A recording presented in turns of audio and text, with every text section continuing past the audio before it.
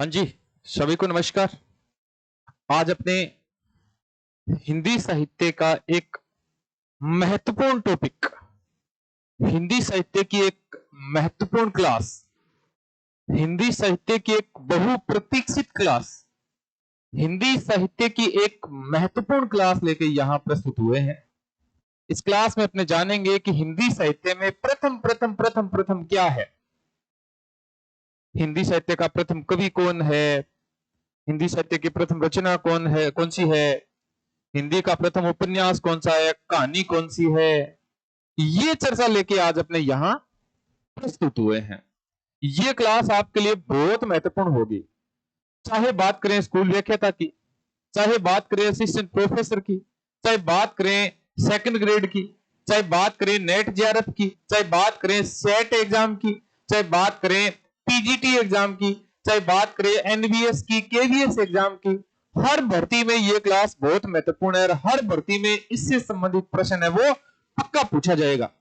एक प्रश्न है वो इस भर्ती से, इस पीडीएफ पीपीटी से संबंधित एक प्रश्न, आपके एक से क्या बहुत सारे प्रश्न पूछे जाएंगे भाई।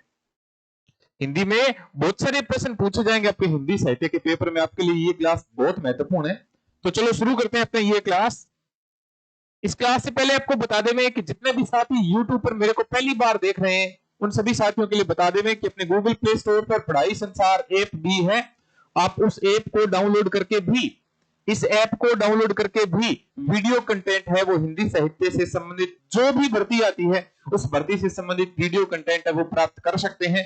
ये अपना लोगो है, ये अपनी दुनिया है, ये अपना संसार है, पढ़ाई संसार। इसको आप गूगल प्ले स्टोर से डाउनलोड कर सकते हो, गूगल प्ले स्टोर से डाउनलोड करके, और इसमें आप वीडियो कंटेंट है वो प्राप्त कर सकते हो।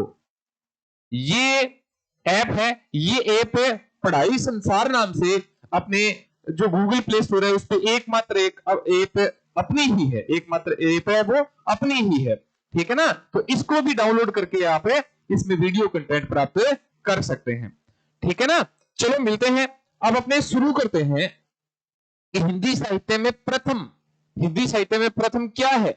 हिंदी साहित्य में प्रथम अगर बात करें कि हिंदी का प्रथम कवि कौन है, तो हिंदी का प्रथम कवि कौन है भाई, सरहप्पा है। हिंदी का प्रथम कवि सरहपात भी बोला जाता है, इसको सरहप्पा भी बोला जाता है। ठीक है ना। इसको राहुल सांकृत्यायन जी ने हिंदी का प्रथम कवि कहा था। इसको किसने हिंदी का प्रथम कवि कहा था, इसको राहुल सांकृत्यायन जी ने हिंदी का प्रथम कवि कहा। इसे हिंदी का प्रथम कवि किसने स्वीकार किया था, राहुल सांकृत्यायन जी ने स्वीकार किया था। जो सर्वमान्य है भाई, जो सर्वमान्य है, हिंदी साहित्य का प्रथम कवि कौन है, तो हिंदी का प्रथम कवि कौन है, तो सरहप्पा या सरहपाद है। वो अलग बात है कि रामकुमार वर्मा स्वयंभू को मानते हैं, आचार्य रामचंद्र शुक्ल चंद्रधर शर्मा गुलेरी वो हिंदी साहित्य का जो प्रथम कवि है, हिंदी का प्रथम कवि है, मुंज को मानते हैं, हजारी प्रसाद द्विवेदी अब्दुल रहमान को मानते हैं, जो शिव सिंह सेंगर है पुष्य अपुंड को हिंदी का प्रथम कवि मानते हैं। ठीक है। लेकिन जो रामकुमार वर्मा स्वयंभू को हिंदी का प्रथम कवि मानते हैं, बहुत सारे कवि हिंदी का प्रथम कवि मानते हैं, लेकिन सर्वमान्य कौन है हिंदी का प्रथम कवि, तो सर्वमान्य आ जाएगा सरहप्पा या सरहपाद आ जाएगा। दूसरा है खड़ी बोली हिंदी के प्रथम कवि। हिंदी के प्रथम कवि अब आ गया खड़ी बोली हिंदी के प्रथम कवि कौन है, तो अमीर खुसरो है भाई। ये जनता के मनोरंजक कवि है। ये कौन है, ये जनता के मनोरंजक कवि कहे जाते हैं। ये पहेलियां, मुकरियां, दो सुखने, गजलें लिखने के लिए कवि प्रसिद्ध है। ये जनता के मनोरंजक कवि है ये। ठीक है ना। अवधी भाषा का प्रथम कवि रामकुमार वर्मा के अनुसार इन्हें कहा गया था। ठीक है। अवधी भाषा का प्रथम कवि रामकुमार वर्मा के अनुसार इन्हें कहा गया था। ये जनता के मनोरंजक कवि है। ये वही अमीर खुसरो है जिसे हिंदुस्तान की तूती, ठीक है ना, हिंदुस्तान की तूती या फिर क्या कहा जाता है, तोता ए हिंद कहा जाता है। क्या कहा जाता है इनको, तोता ए हिंद कहा जाता है। ये वही तोता ए हिंद या फिर हिंदुस्तान की तूती है। अगर आप मुझसे कुछ पूछना चाहते हो तो हिंदी में पूछो, ताकि अजब गजब मैं आपको बता सकूं मैं हिंदुस्तान की तूती हूं। तोता ए हिंद इनको अमीर खुसरो ने कहा था। किसने कहा था, अमीर खुसरो ने कहा था, याद कर लेना। खड़ी बोली हिंदी के प्रथम कवि कौन है, तो अमीर खुसरो है। ठीक है ना। अगला प्रश्न है कि हिंदी साहित्य का प्रथम प्रबंध काव्य कौन सा है। प्रबंध काव्य जिसमें छंदों से बंधी हुई रचना है, छंदों के नियमों से बंधी हुई रचना वो कौन सी है, तो भविष्यत कहा है या भविष्यत कथा है। किसने लिखी है भाई? धनपाल ने लिखी है, याद कर लेना, धनपाल ने। आपको ये ट्रिक मैंने बताई हुई है, जो भी साथी मेरे पहले YouTube से जुड़े हुए हैं, जो भी साथी मेरे पहले मुझसे जुड़े हुए उन सभी साथियों को तो पता है कि मैंने बताया हुआ है कि धन के लिए धन होता है तभी अपन, या धन के लिए हम किसको देखते हैं, तो क्या देखते हैं अपना? धन में अपना क्या देखते हैं? भविष्य देखते हैं। सभी इनको याद कर सकते हो। धनपाल भविष्य कहा, ठीक है, तो भविष्य कहा जो हिंदी साहित्य का प्रथम प्रबंध काव्य माना जाता है। ठीक है, अगला है हिंदी साहित्य का प्रथम महाकाव्य। ये आचार्य रामचंद्र शुक्ल के अनुसार भी है। हिंदी साहित्य का प्रथम महाकाव्य कौन सा है? तो पृथ्वीराज रासो है। हिंदी साहित्य का प्रथम महाकाव्य तो पृथ्वीराज रासो है। लेकिन आचार्य शुक्ल जी ने तो कह दिया कि ये तो बिल्कुल जाली ग्रंथ है। शुक्ल जी के अनुसार तो ये भी कहा गया कि ये ग्रंथ है, यह ग्रंथ है, ये क्या है? तो ये ग्रंथ है जाली है, ये जाली ग्रंथ है, ये भी कह दिया था। लेकिन इस ग्रंथ को हिंदी साहित्य का प्रथम महाकाव्य किसने कहा था? शुक्ल जी ने कहा था। तो हिंदी साहित्य का प्रथम महाकाव्य किसे कहा जाता है? तो किसे कहा जाता है? पृथ्वीराज रासो को कहा जाता है। याद कर लेना, किसको कहा जाता है? तो पृथ्वीराज रासो को। हिंदी साहित्य का प्रथम महाकाव्य पृथ्वीराज रासो को कहा जाता है। तो हिंदी का प्रथम महाकवि किसे कहा जाता है? चंद्रवरदाई को कहा जाता है। किसे कहा जाता है? तो किसे कहा जाता है? चंद्रवरदाई को कहा जाता है। हिंदी साहित्य का प्रथम महाकवि किसे कहा जाता है? तो हिंदी साहित्य का प्रथम महाकवि चंद्रवरदाई को कहा जाता है। याद रख लेना, हिंदी साहित्य का प्रथम महाकवि चंद्रवरदाई को। ये जो प्रश्न ऐसे हैं कि आप इनकी पीडीएफ बना के और मोबाइल से स्क्रीनशॉट ले लो, बाद में जब भी फ्री हो बाद में इसको दोबारा रिपीट करके देख सकते हैं भी। ये स्क्रीनशॉट बहुत महत्वपूर्ण है। खड़ी बोली हिंदी का प्रथम महाकाव्य कौन सा है? प्रिय प्रवास अयोध्या सिंह उपाध्याय हरिओ जी ने लिखा था भाई। किसने लिखा था? अयोध्या सिंह उपाध्याय, अयोध्या सिंह उपाध्याय। और उपाधि कौन सी है उनकी? हरिओ जी ने लिखा था। खड़ी बोली हिंदी का प्रथम महाकाव्य कौन सा है? तो प्रिय प्रवास है। प्रिय प्रवास खड़ी बोली हिंदी का प्रथम महाकाव्य माना जाता है। ठीक है, ऐसे प्रश्न आज जो मैं पीडीएफ आपको करवा रहा हूं, इस पीडीएफ में 2 से 4 प्रश्न आपके सीधे सीधे एग्जाम में पूछे जाएंगे भी, कोई भी एग्जाम क्यों ना हो हिंदी साहित्य से संबंधित। हाँ जी, खड़ी बोली हिंदी गद्य की प्रथम रचना कौन सी है? गद्य की है। खड़ी बोली हिंदी गद्य की। अभी तो अपने काव्य पढ़ रहे थे, रचनाएं पढ़ रहे थे, अब अपने पढ़ रहे हैं गद्य से संबंधित पढ़ रहे हैं। तो गद्य की प्रमुख रचना कौन सी है? तो चंद छंद वर्णन की महिमा, जो किसने लिखी थी? गंग कवि ने लिखी थी। ये भक्ति काल के कवि है गंग कवि। कौन से काल के कवि है? तो ये भक्ति काल के कवि है गंग कवि। और इन्होंने क्या लिखी है? चंद छंद वर्णन की महिमा लिखी है भाई। ठीक है, कौन से कवि है? ये गंग कवि है। ये वही है जिसे भिखारी दास ने कहा था कि तुलसी गंग दुए भये सुकविन के सरदार, सुकविन के सरदार वो वाले हैं ये गंग कवि। खड़ी बोली हिंदी गद्य की प्रथम रचना है वो चंद छंद वर्णन की महिमा है, जो किसके द्वारा लिखी गई? गंग कवि के द्वारा। खड़ी बोली हिंदी का प्रथम गद्य ग्रंथ कौन सा आ जाएगा? वो तो रचना है, ग्रंथ कौन सा आ जाएगा? भाषा योग वशिष्ठ आ जाएगा। ठीक है, भाषा योग वशिष्ठ किसने लिखा था? राम प्रसाद निरंजनी ने लिखा था भाई। किसने लिखा था? राम प्रसाद निरंजनी ने लिखा था। भाषा योग वशिष्ठ ग्रंथ किसने लिखा था? राम प्रसाद निरंजनी ने लिखा था भाई। ठीक है ना राम प्रसाद निरंजनी ने कौन सा ग्रंथ लिखा? भाषा योग वशिष्ठ लिखा। तो खड़ी बोली हिंदी गद्य का प्रथम ग्रंथ माना जाता है। ठीक है, प्रथम ग्रंथ प्रथम रचना दोनों अलग अलग है, देख लेना। तो शुद्ध व परिमार्जित बोली के प्रथम लेखक कौन है? तो प्रथम लेखक राम प्रसाद निरंजनी। राम प्रसाद निरंजनी, यही राम प्रसाद निरंजनी हो जाएंगे भाषा योग वशिष्ठ के लेखक। हाँ जी, हिंदी काव्य में सर्वप्रथम 12 मासा का आरंभ किसमें मिलता है? बिसल देव रासों में मिलता है। इसमें जो 12 मासा का की जो शुरुआत होती है ना, वो कौन से महीने से होती है? कार्तिक मास से होती है। ऐसे याद कर लेना भाई। ठीक है, 12 मासा की शुरुआत किससे होती है? तो कार्तिक मास से होती है।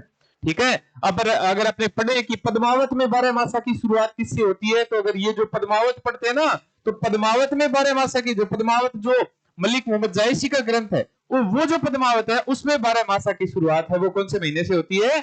आषाढ़ मास से होती है भाई। कौन से मास से होती है? तो आषाढ़ मास से होती है। तो हिंदी काव्य में सर्वप्रथम 12 मासा का आरंभ किसने किया था? तो यह 12 मासा का वर्णन किसमें मिलता है? तो बिसल देव रासों में मिलता है, जो नरपति नाले द्वारा लिखा गया। ये कितने खंडों में मिलता है? ये 4 खंडों में मिलता है। इसमें कौन सा रस है? याद रख लेना, इसमें कौन सा रस है? तो इसमें मूल तौर से श्रृंगार रस है भाई। ठीक है ना, मूल तौर से कौन सा रस है? तो इसमें श्रृंगार रस है भाई। हाँ जी, हिंदी में सर्वप्रथम नखशिख वर्णन की रचना कौन सी है? नखशिख वर्णन का मतलब होता है पैर के नाखून से लेके सिर की चोटी तक, नायिका के पैर के नाखून से लेके और पूरे शरीर से आके और सिर की चोटी तक का वर्णन वो बोला जाता है नख से शिखा तक का वर्णन। वो हिंदी साहित्य में पहली बार नख वर्णन किसमें मिलता है? तो राउलवेल रचना में मिलता है। ठीक है, जिसके कवि कौन है? रोडा कवि है।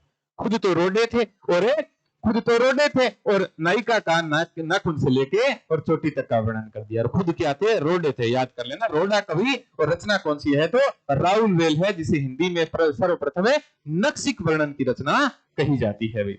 अगला है, हिंदी का प्रथम चंपू काव्य कौन सा है? गद्य पद्य मिश्रित काव्य है ये जो राउलवेल है ना, ये गद्य पद्य मिश्रित रचना है। और गद्य पद्य मिश्रित जो रचना होती है, अर्थात गद्य और पद्य मिलकर, दोनों मिलकर क्या बनता है? तो चंपू मिलता है। नाव वाला चंपू वो अलग होता है।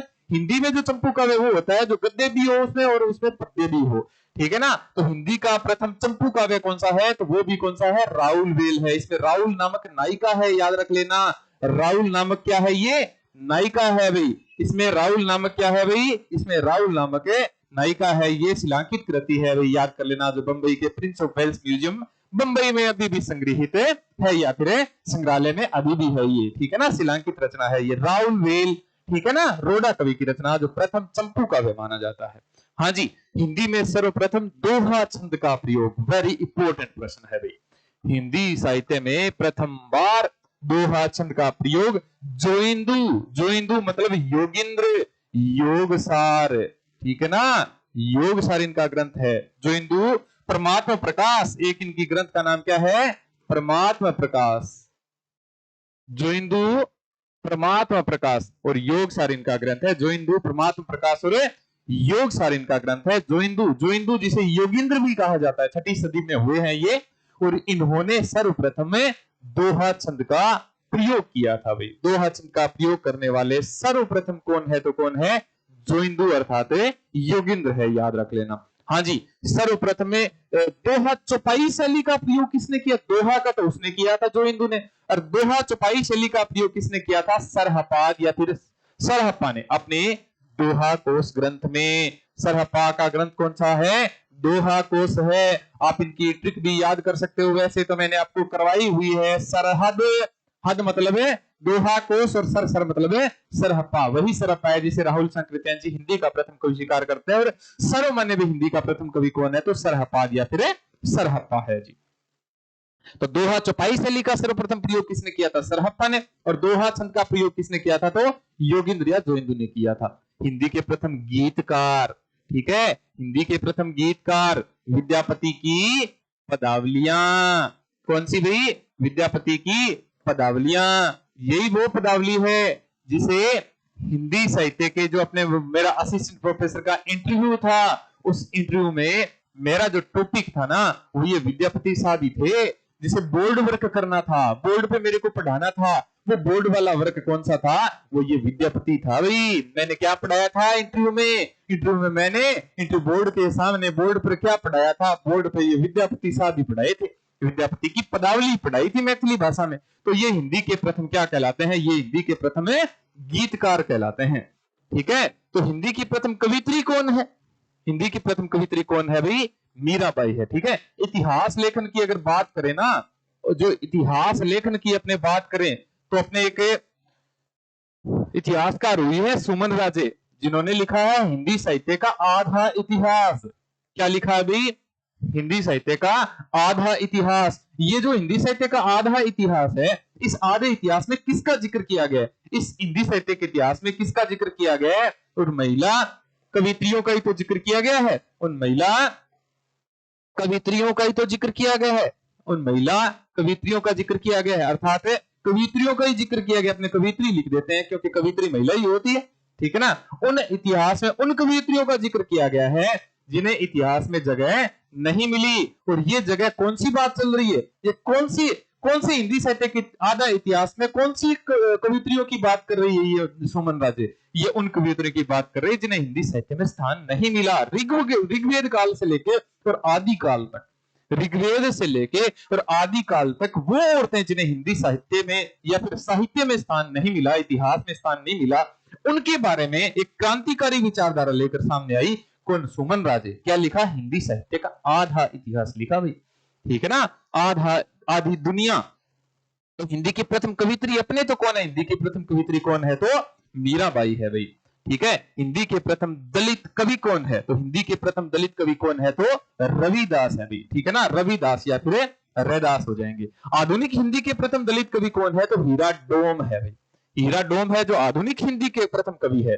ठीक है ना, प्रथम दलित कवि है, सॉरी। तो अछूत की शिकायत ये इनकी प्रथम रचना मानी जाती है। जो भी आपको महत्वपूर्ण लगे, जो आपके याद नहीं था, उनको स्क्रीनशॉट ले लेना भी। खड़ी बोली हिंदी का प्रथम काव्य, महाकाव्य तो प्रिय प्रवास था। और अगर काव्य देखा जाए ना, तो एकांत वासी योगी था। ठीक है ना, ये हरमिट का हरमिट रचना है गोल्ड स्मिथ की, उसका जो अनुवाद है, ये हरमिट का अनुवाद है भाई, ये हरमिट का अनुवाद है एकांतवासी योगी। ठीक है ना, एकांतवासी योगी हरमिट रचना का अनुवाद है एकांतवासी योगी। और ये किसने लिखी थी भी, किसने अनुवाद किया था? श्रीधर पाठक ने किया था। किसने किया था? श्रीधर पाठक ने, जो खड़ी बोली हिंदी की प्रथम काव्य ग्रंथ माना जाता है, काव्य रचना मानी जाती है। मुक्त छंद का प्रथम बार प्रयोग करने वाले कौन है? सूर्यकांत त्रिपाठी निराला है। कौन सी रचना में? जूही की कली में। कब?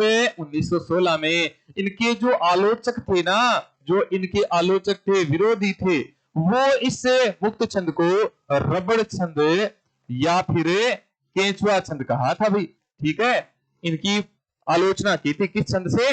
रबड़ छंद या फिर केंचुआ छंद थे। तो मुक्त छंद का प्रथम बार प्रयोग करने वाले कौन है? तो कौन है? सूर्यकांत त्रिपाठी निराला है भाई। ठीक है ना, हिंदी में रीति काव्य का प्रथम ग्रंथ कौन सा है? तो हित तरंगिणी का कृपाराम का हित तरंगिणी है। कृपाराम जी ने कौन सा ग्रंथ लिखा? हित तरंगिणी, जो रीति काव्य का प्रथम ग्रंथ माना जाता है। ऐसे नहीं है कि चिंतामणि वाला आ जाएगा। हाँ जी, अपने आगे बढ़ते हैं। हिंदी का प्रथम मौलिक नाटक कौन सा है? ये नहुष नाटक है, जो किसने लिखा था?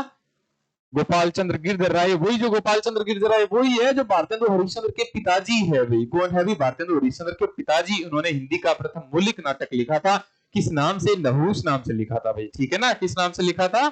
नहुष नाम से लिखा था। तो हिंदी का प्रथम अभिनीत नाटक कौन सा है? अभिनीत नाटक कौन सा है? तो जानकी मंगल है, जो किसने लिखा था? शीतला प्रसाद त्रिपाठी ने लिखा था। किसने लिखा था? शीतला प्रसाद त्रिपाठी ने लिखा था। अब देखो, हिंदी की प्रथम एकांकी कौन सी है? हिंदी की प्रथम एकांकी कौन सी मानी जाती है? एक घूंट मानी जाती है। हिंदी की प्रथम एकांकी कौन सी मानी जाती है? तो एक घूंट मानी जाती है, जो किसने लिखी थी? जयशंकर प्रसाद ने लिखी थी। याद रख लेना, किसने लिखी थी?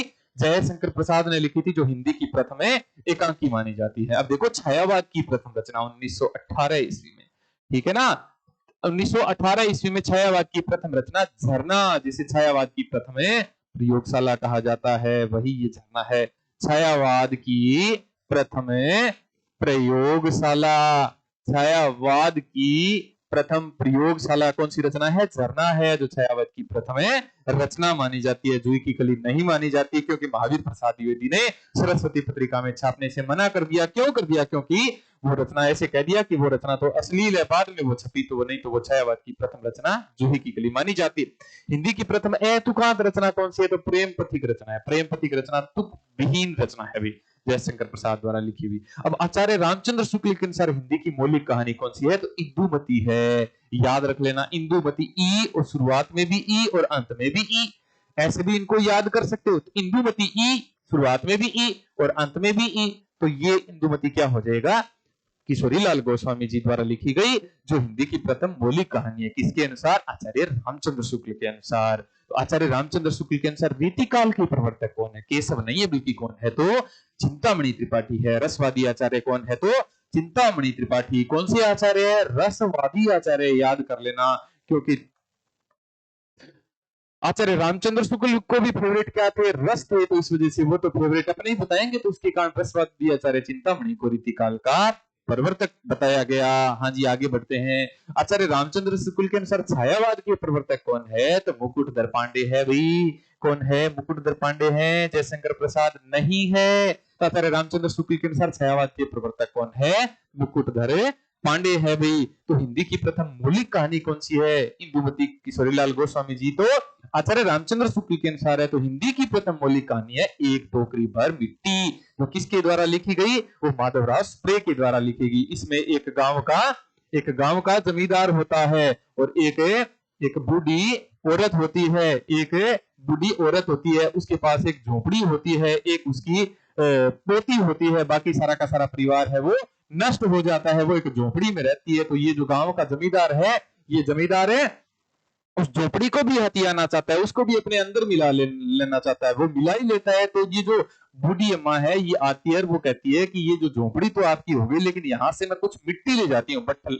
बट्ठल अर्थात कुछ तासली में, बट्ठल में, या फिर कोई कटोरी में, या कोई पीपे में, या कोई टिन में, या कोई बाल्टी में, कोई पात्र था, उस पात्र में मिट्टी ले जाने के लिए याचना करती है। तो गांव का जमींदार कहता है कोई बात नहीं, मिट्टी ले जा सकते हो। वो मिट्टी भरती है, तो वो मिट्टी उसके बाद में जमींदार को बोलती है इसको उठा के मेरे सिर पे रखवा दो। रखवाने का प्रयास करता है तो जमींदार उठा नहीं पाता। 2-3 जमींदार और लगते हैं, उसमें मजदूर लगते हैं, लेकिन बहुत कोशिश करते हैं, फिर वो उठा नहीं पाते। बाद में उनको पता लगता है ये तो इनकी खुद की जमीन है, इस जमीन को तो मैं कैसे उठा पाऊंगा। और वो उसे एक टोकरी भर मिट्टी को, उस पिपे भर की मिट्टी को, उस बट्ठल भर मिट्टी से, मिट्टी के लिए उसे झोपड़ी को वापस इस बुढ़िया को दे देता है। वो कहानी कौन सी है? तो वो कहानी कौन सी है? एक टोकरी भर मिट्टी है, जो हिंदी की प्रथम मौलिक कहानी मानी जाती है। क्या मानी जाती है? हिंदी की प्रथम मौलिक कहानी मानी जाती है। हाँ जी, हिंदी की प्रथम वैज्ञानिक कहानी कौन सी है? चंद्रलोक की यात्रा, ठीक है, जो केशव प्रसाद द्वारा लिखी गई। हिंदी की प्रथम वैज्ञानिक कहानी कौन सी है? चंद्रलोक की यात्रा है, जो किसके द्वारा लिखी गई? केशव प्रसाद के द्वारा लिखी गई। अगली है हिंदी की प्रथम दलित कहानी कौन सी है? तो वचनबद्ध है भाई, किसने लिखी थी? सतीश ने लिखी थी, ठीक है। ये लेखक कौन हुए? सतीश हुए हैं। तो इन्होंने कौन सी कहानी लिखी? वचनबद्ध लिखी, जो हिंदी की प्रथम दलित कहानी मानी जाती है। एक अपने मित्र सतीश सम्यक भी है, जो भी दलित का अपनी काव्य लिखा था बिरादरी वाला, वो अपने सतीश भी है। हाँ जी, हिंदी का प्रथम मौलिक उपन्यास कौन सा है? ये परीक्षा गुरु है। किसने लिखा था? लाला श्रीनिवास दास जी ने लिखा था। हिंदी का प्रथम मौलिक उपन्यास किसने लिखा था? लाला श्रीनिवास दास जी ने लिखा था। कौन सा लिखा था? परीक्षा गुरु लिखा था। जो भी महत्वपूर्ण लगे वो आप स्क्रीनशॉट ले लेना भाई। हिंदी का प्रथम दलित उपन्यास कौन सा है? तो छप्पर है, जो किसने लिखा था? जेपी कर्दम अर्थात जयप्रकाश कर्दम जी ने लिखा था। हिंदी का प्रथम दलित उपन्यास किसने लिखा था? तो छप्पर उपन्यास लिखा था। किसने? जयप्रकाश कर्दम ने लिखा था। अगला है हिंदी की प्रथम महिला उपन्यासकार कौन सी है? तो साध्वी सती प्राण अबला है, जिसका मूल नाम क्या है? तो मल्लिका देवी है, जो हिंदी की प्रथम दलित उपन्यासकार है। भाई हिंदी की प्रथम दलित उपन्यासकार कौन है? तो हिंदी की प्रथम दलित उपन्यासकार कौन, महिला, सॉरी, हिंदी की प्रथम महिला उपन्यासकार कौन सी है? तो साध्वी सती प्राण अबला है। हिंदी की प्रथम आत्मकथा कौन सी है? तो अर्ध कथानक है। इसमें बनारसी दास जैन द्वारा लिखी गई है। ये मानते हैं कि इंसान का जीवन कितने वर्ष का होता है? तो 100 साल का होता है। 50 वर्ष है, अर्थात इन्होंने 50 वर्ष के जीवन की कहानी लिखी। तो आत्मकथा क्या बन गई? ये अर्ध कथानक नाम दिया था इसको। क्या नाम दिया था? अर्ध कथानक दिया था, 50 वर्ष की यात्रा के कारण। हिंदी का प्रथम यात्रा संस्मरण कौन सा है? तो लंदन यात्रा है, जो किसने यात्रा की थी? श्रीमती हरदेवी जी ने की थी। आगे बढ़ते हैं अपने। हिंदी की प्रथम मानक जीवनी किसने लिखी थी? तो कलम का सिपाही किसने लिखी? अमृत राय ने। किसके बारे में लिखी? मुंशी प्रेमचंद के बारे में लिखी थी। भाई किसके लिए लिखी? मुंशी प्रेमचंद के बारे में। उनके बेटे अमृत राय ने प्रेमचंद के बारे में लिखी। क्या लिखी? जीवनी लिखी थी, जीवनी लिखी थी। प्रेमचंद को कलम का सिपाही किसने कहा था? कलम का सिपाही किसने कहा था? तो अमृत राय जी ने ही कहा था।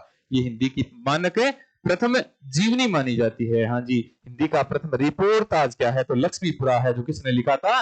शिवदान सिंह चौहान ने लिखा था। हिंदी का प्रथम रिपोर्टाज लक्ष्मीपुरा किसने लिखा था? भी शिवदान सिंह चौहान ने लिखा था। आगे बढ़ते हैं कि हिंदी का प्रथम संस्मरण पद्म पराग, ठीक है ना। ये क्या है? ये पद्म पराग है भाई, ठीक है। ये क्या है? ये पद्म पराग है, जो पद्म सिंह शर्मा ने लिखा था। तो हिंदी का प्रथम संस्मरण माना जाता है। आगे बढ़ते हैं अपने। हिंदी की प्रथम महिला आत्मकथा, प्रथम महिला आत्मकथाकार या फिर प्रथम महिला आत्मकथा किसकी है? तो मेरी जीवन यात्रा, ठीक है ना। ये किसके द्वारा लिखी गई? तो ये जानकी देवी बजाज के द्वारा लिखी गई। जो कौन सी यात्रा? मेरी जीवन यात्रा। किसने लिखी थी? जानकी देवी बजाज ने। जो हिंदी की प्रथम महिला आत्मकथा मानी जाती है मेरी जीवन यात्रा। देखो, हिंदी की प्रथम दलित महिला आत्मकथा है दोहरा अभिशाप। जो किसने लिखा था? वो कौशल्या वैशंत्री ने लिखा था। किसने लिखा था भाई? कौशल्या वैशंत्री ने। जो हिंदी की प्रथम दलित महिला आत्मकथा मानी जाती है। कौन सी मानी जाती है? दोहरा अभिशाप मानी जाती है। हाँ जी, हिंदी की प्रथम तुलनात्मक आलोचना बिहारी और सादी की तुलना की थी पद्म सिंह शर्मा ने। ये कौन है? ये पद्म सिंह शर्मा है भाई, ठीक है। मैं इसको थोड़ा सा लिख के समझा देता हूं, कहीं कंफ्यूज ना हो जाओ। ये क्या लिख दी? ये फॉन्ट ऐसे, ये ऐसे शुद्ध है ये। हाँ जी, हिंदी की प्रथम तुलनात्मक आलोचना कौन सी है? तो बिहारी और सादी है। बिहारी और सादी की तुलना की थी। किसने तुलना की थी? पद्म सिंह शर्मा ने की थी। हाँ जी, आगे बढ़ते हैं। हिंदी की आलोचना की पहली पुस्तक कौन सी है? तो समालोचना समुच्चय जो महावीर प्रसाद द्विवेदी जी द्वारा लिखी गई थी, वो हिंदी आलोचना की पहली पुस्तक है। हिंदी आलोचना भी लगती है जो अपने असिस्टेंट प्रोफेसर में लगती है भाई, ठीक है। आलोचना जो टॉपिक है, आलोचना विधा है, वो असिस्टेंट प्रोफेसर के सिलेबस में लगती है। अब पढ़ो कि राजभाषा, हिंदी की राजभाषा आयोग के प्रथम अध्यक्ष कौन थे? बाल गंगाधर तिलक नहीं थे, बल्कि बाल गंगाधर खेर थे। ये जरूर याद कर लेना, क्योंकि आपके ऑप्शन में साथ में खैर के साथ में बाल गंगाधर तिलक भी आएगा। कहीं आप वो टेके आओ तो वो नहीं टेकना है, बाल गंगाधर खैर होगा भाई। अब देखो, हिंदी साहित्य परिषद के प्रथम अध्यक्ष कौन है? तो पुरुषोत्तम दास टंडन है या पीडी टंडन है भैया, ठीक है ना। इनका नाम है वो पीडी टंडन है, पुरुषोत्तम दास टंडन, जो हिंदी साहित्य परिषद के प्रथम अध्यक्ष माने जाते हैं। हाँ जी, तो हिंदी में प्रथम डी.लिट या डॉक्टरेट की उपाधि जो मिली थी, डॉक्टरेट की उपाधि थी जो मिली थी, डॉक्टरेट की उपाधि मिली थी, वो किसे मिली थी भाई? वो पीताम्बर दत्त बर्थवाल साहब को मिली थी।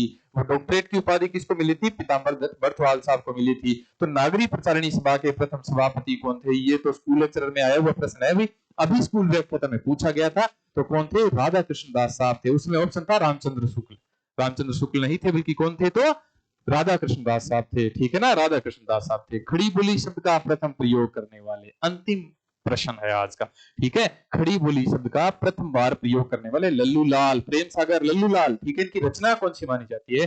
इनकी रचना मानी जाती है प्रेम सागर, ठीक है। इनकी रचना कौन सी है? गद्य रचना कौन सी है? प्रेम सागर है लल्लू लाल की, ठीक है। जो खड़ी बोली शब्द का प्रथम बार प्रयोग करते हैं, वही खड़ी बोली हिंदी जो मैं बोल रहा हूं, वही खड़ी बोली हिंदी जो आप सुन रहे हो, वो खड़ी बोली हिंदी जिसमें आप पेपर हल करके आओगे, वो खड़ी बोली हिंदी। तो आपको ये वीडियो कैसा लगा, एक बार कमेंट बॉक्स में मुझे जरूर बताइएगा, ठीक है। ये जो वीडियो है, ये वीडियो स्कूल व्याख्याता के लिए, ये वीडियो सेकंड ग्रेड के लिए, ये वीडियो असिस्टेंट प्रोफेसर के लिए, ये वीडियो पीजीटी के लिए, नेट जेआरएफ के लिए, सेट के लिए, ये वीडियो एनवीएस के लिए, केवीएस के लिए, जितनी भी भर्तियां आती है हिंदी साहित्य से संबंधित, उन सभी हिंदी साहित्य की भर्तियों में ये प्रश्न है वो पूछा जाता है। जाते जाते एक बार और बता दें कि अपने पढ़ाई संसार ऑनलाइन ऐप है, उस ऐप को डाउनलोड करके भी आप वीडियो कंटेंट प्राप्त कर सकते हैं। ये जो पढ़ाई संसार जो नाम है, ये पढ़ाई संसार इंग्लिश में जब सर्च करोगे तो गूगल प्ले स्टोर पर ये ऐप आएगी। ये ऐप अपनी ही है, पढ़ाई संसार जो ऑनलाइन ऐप है, गूगल प्ले स्टोर पे वो ऐप अपनी है। इस ऐप को डाउनलोड करके भी आप वीडियो कंटेंट प्राप्त कर सकते हैं, ठीक है ना। धन्यवाद, मिलते हैं अगले वीडियो में। आपको ये वीडियो कैसा लगा एक बार कमेंट बॉक्स में हमें जरूर बताइएगा। धन्यवाद।